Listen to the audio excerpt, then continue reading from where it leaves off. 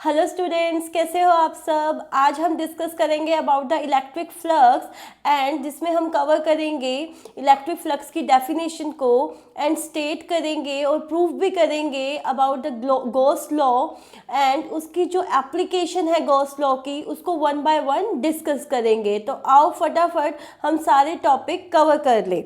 तो first of all we have electric flux की definition, that is the total number of electric line of force crossing a given area is called the electric flux. और इसको हम mathematically कैसे right करते हैं, 5 से इसको डिनोट करते हैं इलेक्ट्रिक फ्लक्स को और ये लिख देते हैं कि ये इलेक्ट्रिक फ्लक्स है। And it is a dot product of electric field lines intensity and the surface area. इन दोनों का डॉट प्रोडक्ट है। अगर हम एस की बात करें तो it is a areal vector and इसकी जो डायरेक्शन होती है उसको हम एन यूनिट वेक्टर से रिप्रेजेंट कर रहे हैं। And this unit vector is always perpendicular to area. Area के हमेशा परपेंडिकुलर होगा, नॉर्मल होगा। और हम इसको और कैसे लिख सकते हैं, E S cos theta, where theta is angle between electric field intensity and an unit vector जो क्या है, परपेंडिकुलर टू द एरिया है और इलेक्ट्रिक फील्ड के बीच में जो एंगल होगा उसको हम थीटा से डिनोट करेंगे, राइट। अगर सरफेस एरिया क्लोज्ड होता है, if surface area is closed then total flux is given by integration over the surface. हम इसको डिनोट कर सकते हैं for the closed surface area, right. Next is the Gauss law की अगर स्टेटमेंट देखें तो वो क्या है कि total electric flux passing through a close surface area is 1 by epsilon naught times the total charge enclosed inside the closed surface area। Mathematically अगर हम इसको अगेन रिप्रेजेंट करें तो ऐसे रिप्रेजेंट कर सकते हैं स्टेटमेंट को, E dot D S close integral और Q enclose 1 by epsilon time of what, Q enclose upon में एप्सिलॉन नॉट। तो this is the statement of the Gauss law. इसका अगर हम this is the statement of the Gauss law. अब इसका हम prove करेंगे तो हम कंसीडर करते हैं, consider a charge Q situated at center of closed surface। एक क्लोज सरफेस है, उसके सेंटर में हमने कंसीडर किया कि एक चार्ज सिचुएटेड है, ठीक है। Then consider small elementary area ds on a closed path surface, right. Close surface पे हमने एक एलिमेंट डी एस कंसीडर कर लिया। अगर आप डी एस का देखें तो इसका जो यूनिट वेक्टर होगा परपेंडिकुलर वो इस डायरेक्शन में होगा, outward normal. And electric field from charge Q is always outward normal होती है, राइट। तो ये भी क्या होगी, सेम डायरेक्शन में होगी इलेक्ट्रिक फील्ड भी फॉर दिस एलिमेंट। तो हम लिख सकते हैं E parallel to an unit vector, therefore flux, total flux through the closed surface area E dot ds is E dot n unit vector ds। और अगर वो पैरेलल है तो हम इसको सिंपली E ds मैग्नीट्यूड्स की टर्म में लिख सकते हैं। एंड E इज आउटसाइड ले लो, D S total surface area for the sphere is 4 pi R square. But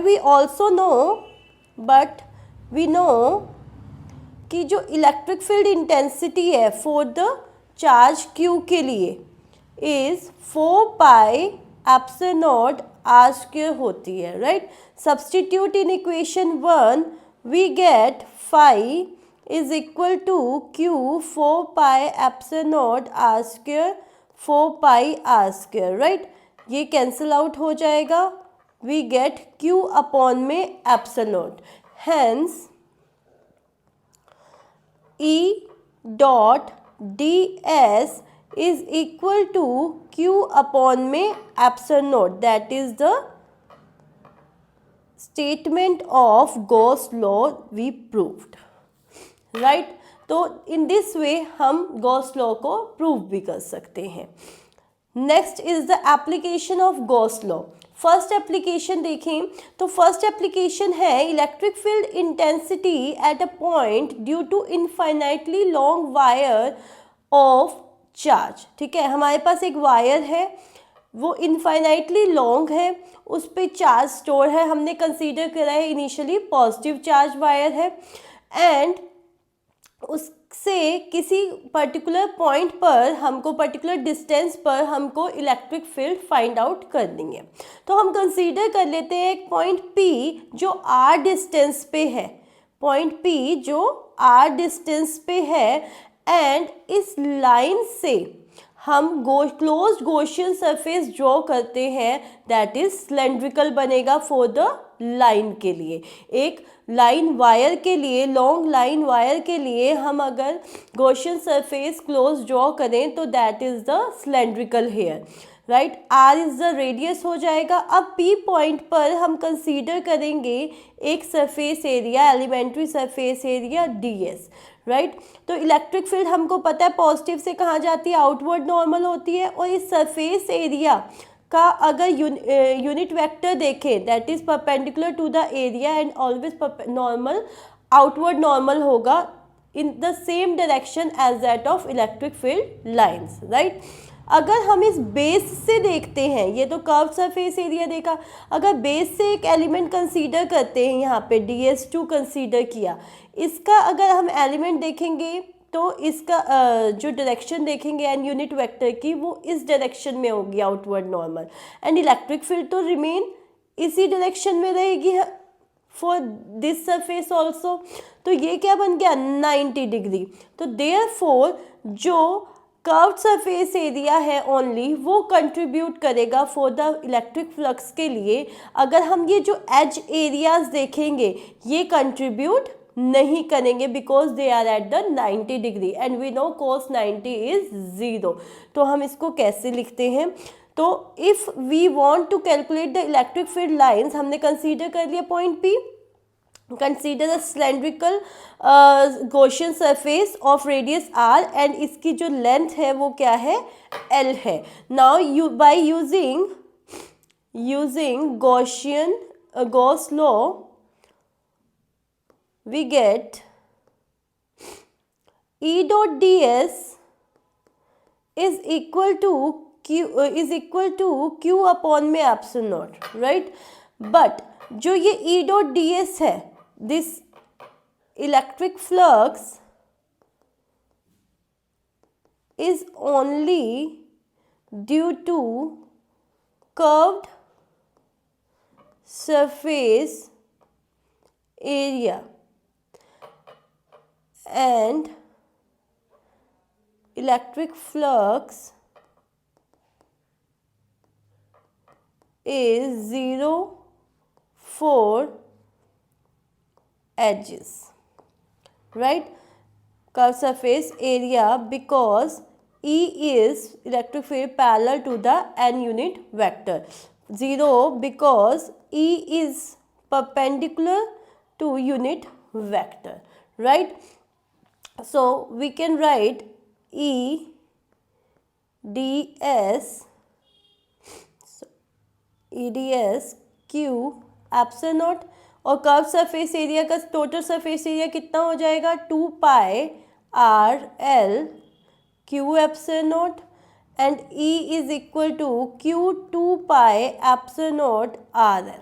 This is the electric field for the infinite long line of charge, right?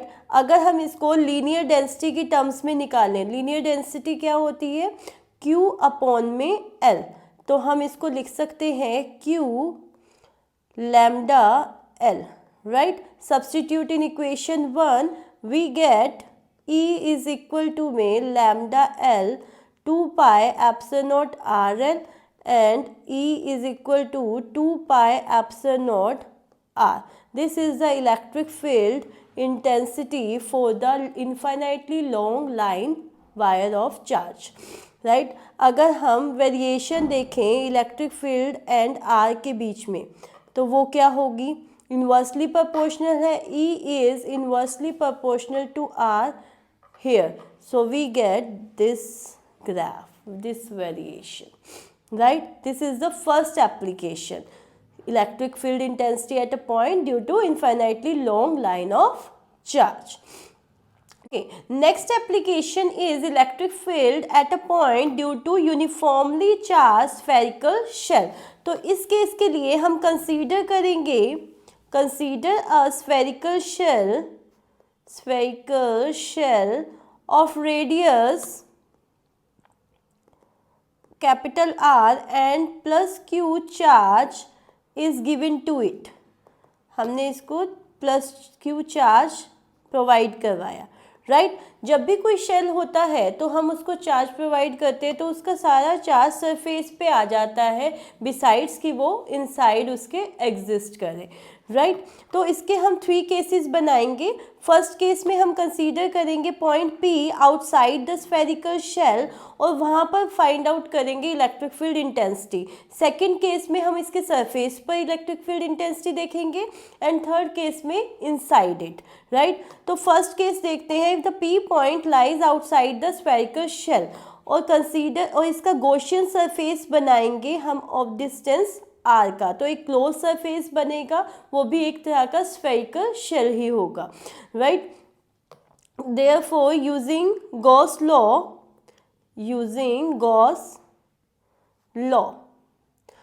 Law के according अगर हम बात करें तो ये क्या होगा, E dot D S is equal to Q upon में एप्सिलॉन नॉट, क्योंकि Q चार्ज तो ये एनक्लोज कर ही रहा है. अब इलेक्ट्रिक फील्ड और इस सरफेस की डायरेक्शन देखते हैं. इलेक्ट्रिक फील्ड की direction we know that plus Q की ऑलवेज आउटवर्ड नॉर्मल होगी और जो ये यूनिट वेक्टर होता है to the surface element ds के, वो भी हमेशा आउटवर्ड नॉर्मल होगा.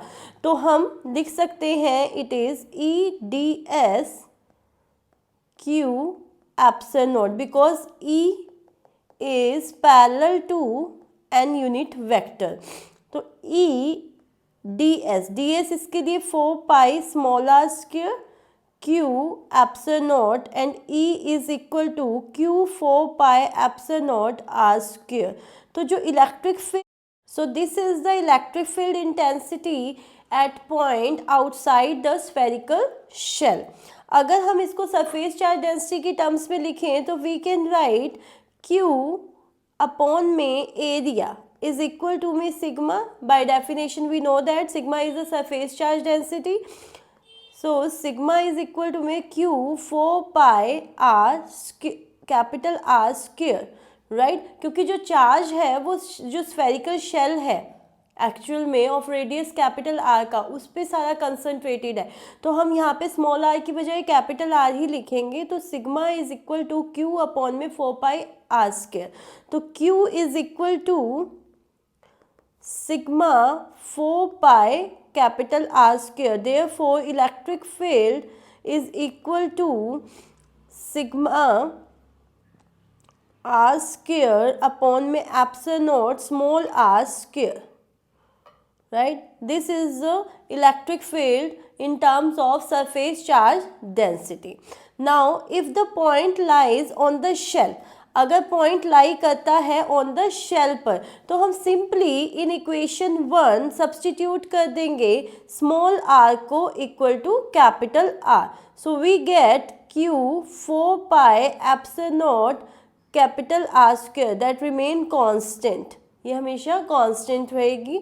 और सिग्मा के टर्म्स में अगर हम देखें तो सिग्मा वैल्यू पुट करेंगे, वी गेट फॉर आस्के से आस्के कैंसिल सिग्मा अपॉन में epsilon naught, we get sigma upon में एप्सिलॉन नॉट. राइट। अगर इनसाइड की बात करें तो यहाँ पे जब इनसाइड की बात कर रहे हैं तो Q enclose inside the shell is zero, right. Inside zero होगा अगर शेल, तो इलेक्ट्रिक फील्ड भी क्या होगी, ज़ीरो होगी इनसाइड द शेल। और अगर हम इन तीनों केसेस के लिए वेरिएशन देखें between the electric field and the R distance के लिए, right, electric field and distance, so here is r equal to capital R। अगर हम आउटसाइड की बात करें so it is very with small r as inversely proportional है, right, r square के। तो ग्राफ कैसा होगा, दिस वे, राइट। इनसाइड कैसा है, ज़ीरो, तो ये हो जाएगा inside zero and outside inversely proportional, right. तो इसका जो वेरिएशन रहेगा इलेक्ट्रिक फील्ड का for the uniform spherical shell is this. Okay, next is electric field intensity at a point due to infinite sheet of charge. हमने consider की एक infinite sheet of charge, consider if sigma is a surface charge density for this sheet, surface charge density, then we can write sigma is equal to में q upon में ds, q upon में area, और q is equal to sigma ds, right। तो हम इसको first equation consider कर लेते हैं। नाउ अगर हम इस शीट का गॉसियन सरफेस बनाएं क्लोज, अगर हमें मान लो P पॉइंट पर, दिस P पॉइंट पर इलेक्ट्रिक फील्ड जो है वो फाइंड आउट करनी है, और ये जो P पॉइंट है ये r डिस्टेंस पे है फ्रॉम द शीट से, तो जो इसका गॉसियन सरफेस होगा वो क्या बनेगा, close Gaussian surface is a cylindrical, right. अब सिलेंड्रिकल होगा, जो इस शीट में से इलेक्ट्रिक लाइंस ऑफ फोर्सेस होंगी वो ऐसे पास हो रही होंगी। अब हमें पता है कि जो सिलेंडर है ये बोथ साइड बनेगा, राइट। अगर हमें पता है जो सिलेंडर है उसके टू सरफेस एरियाज होते हैं, एक तो कर्व सरफेस एरिया और एक एच सरफेस एरिया। अगर एच सरफेस एरिया को हम कंसीडर कर लेते हैं ds, राइट, तो इधर से अगर हम देखें तो इसका जो यूनिट वेक्टर होगा आउटवर्ड नॉर्मल होगा, जो डायरेक्शन होगी इलेक्ट्रिक फील्ड की डायरेक्शन में होगा। लेकिन अगर कर्व सरफेस एरिया की बात करें तो जो नॉर्मल होगा आउटवर्ड नॉर्मल, जो डायरेक्शन है इसकी वो ये होगी, और जो इलेक्ट्रिक फील्ड की डायरेक्शन है वो कैसी है, दिस डायरेक्शन है, ये कैसे हो गया 90 डिग्री। देयरफॉर जो कर्व सरफेस एरिया से फ्लक्स का कंट्रीब्यूशन है वो हमको नहीं मिलेगा, और ये जो ds सरफेस एरिया है वो दूसरी साइड भी है, राइट। तो हमको जो फ्लक्स मिलेगा वो बोथ साइड से मिलेगा, दोनों एजिस से मिलेगा, and unit vector here and electric field भी हेयर ही है, और जो कर्व सरफेस एरिया का कंट्रीब्यूशन है दोनों साइड वो क्या हो जाएगा, ज़ीरो हो जाएगा, राइट। ओके, तो अगर हम देखें for Gaussian surface the edges of cylinder will contribute to electric flux. क्यों कर रहे हैं, because electric flux, because E is parallel for this case, right, but for curved surface area of cylinder electric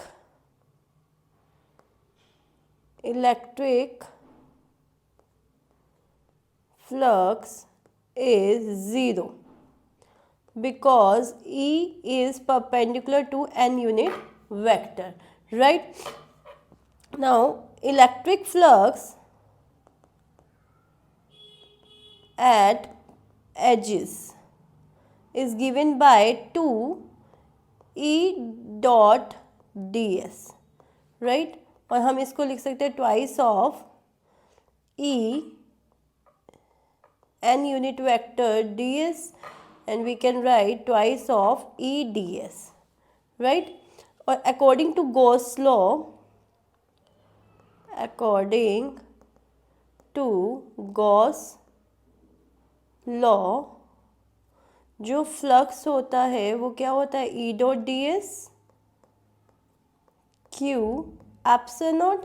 flux हमारा जो हमें मिला है from second equation and first equation, we can write 2EdS is equal to Q की value from first equation sigma D S upon में epsilon naught. तो ds से ds cancel, we get E is equal to में sigma upon में 2 epsilon not. This is the electric field lines for the infinite long charge sheet, right? Okay, next is the electric field intensity due to the two thin parallel sheet of charges. तो हमने अब क्या consider किए हैं, दो thin sheet of charges consider किए हैं, sigma 1 and sigma 2 A and B, such that जो ये सिग्मा 1 एंड सिग्मा 2 है are positive and greater than 0 है, राइट। तो हमें ये तीन रीजन्स दे रखे हैं, P first second third, P Q R, इन रीजन्स में नेट इलेक्ट्रिक फील्ड बतानी है, राइट। तो फर्स्ट हम देखेंगे, हमें पता है कि जो इलेक्ट्रिक फील्ड लाइंस है पॉजिटिव के लिए अवे जाती है फ्रॉम द थिन शीट। तो अगर हम बी वाले को हाइड कर लें, बी को हाइड कर ले, तो ए से अगर देखें तो ए से हमेशा इस डायरेक्शन में निकलेंगी, इस डायरेक्शन में निकलेंगी आउटवर्ड, एंड इस डायरेक्शन में भी कैसी होगी, आउटवर्ड होगी, राइट। तो ये तो होगी, हमने ड्रॉ कर ली ड्यू टू द ए की वजह से electric field lines, even name दे देते हैं इसको हम। और अगर हम बी की वजह से देखेंगे तो बी की वजह से कैसे होगी, इस डायरेक्शन में ही होगी, राइट। अगर सेकंड पे देखेंगे तो कैसी होगी, सेकंड के लिए इस डायरेक्शन में होगी आउटवर्ड, और इधर देखेंगे फर्स्ट रीजन में तो भी कैसी होगी, आउटवर्ड, इस रीजन में होगी, राइट। तो अगर हम देखें net electric field in the P region, net electric field in the P region is E1 plus में E2, लेकिन नेगेटिव डायरेक्शन में। अगर EQ में देखें तो वो अपोजिट है, E1 माइनस E2 कर सकते हैं, एंड ER में देखें तो वो भी सेम डायरेक्शन में है, इसलिए दोनों क्या हो जाएंगी, एड अप हो जाएंगी, E1 प्लस में E2। एंड वी नो, हमें पता है कि जो इलेक्ट्रिक फील्ड है due to thin infinite sheet of charge is independent of distances, right. Charge is, अभी हमने फाइंड आउट की E इज इक्वल टू में सिग्मा अपॉन में 2 एप्सिलॉन नॉट, ये इंडिपेंडेंट ऑफ डिस्टेंस रहती है, राइट। तो अगर हम सब्सटीट्यूट कर दें ये वैल्यूज़, EP की हो जाएगी माइनस इवन फर्स्ट जो शीट है उसकी जो सरफेस चार्ज डेंसिटी है वो है सिग्मा 1, तो ये हो जाएगा सिग्मा 1 अपॉन में 2 एप्सिलॉन नॉट प्लस में सिग्मा 2 अपॉन में 2 epsilon naught, right. Second Q region के लिए अगर हम बात करें तो E1 minus E2, sigma 1 2 epsilon naught minus sigma 2 2 epsilon naught होगी। और अगर ER रीजन की बात करें तो वो दोनों ऐड हो जाएगी, that is sigma 1 2 epsilon naught plus में सिग्मा 2 2 एप्सिलॉन नॉट, राइट। तो इन दिस वे हम इलेक्ट्रिक फील्ड भी कैलकुलेट कर सकते हैं डिफरेंट रीजन में due to the thin sheet of infinite charge, right. Next is the electrostatic shielding. The vanishing of electric field inside a cavity is called the electrostatic shielding. Shielding किससे, electric field से। तो इसके लिए अगर हम best example है, अगर हमने एक होलो कंडक्टर कंसीडर कर लिया और इसके अंदर एक ऑब्जेक्ट रख दिया और इसको प्लेस कर दिया हमने इलेक्ट्रिक फील्ड में, तो इनसाइड द कंडक्टर जो ये ऑब्जेक्ट है रिमेन शील्ड रहेगा फ्रॉम द इलेक्ट्रिक फील्ड, क्योंकि electric field inside the conductor enter नहीं कर सकती, वो क्या होती है inside the conductor always zero. और इस कंसेप्ट का यूज़ हम करते हैं for the wire carrying signal, audio signals from the external electric field. तो इसके साथ हमारे जो सारे टॉपिक है इलेक्ट्रिक फ्लक्स और हमारा जो फर्स्ट चैप्टर है इलेक्ट्रिक फील्ड एंड चार्जेस वो कंप्लीट होता है। अगर तुम्हें कोई भी डाउट है इसके रिगार्डिंग तो प्लीज़ कमेंट। Thank you.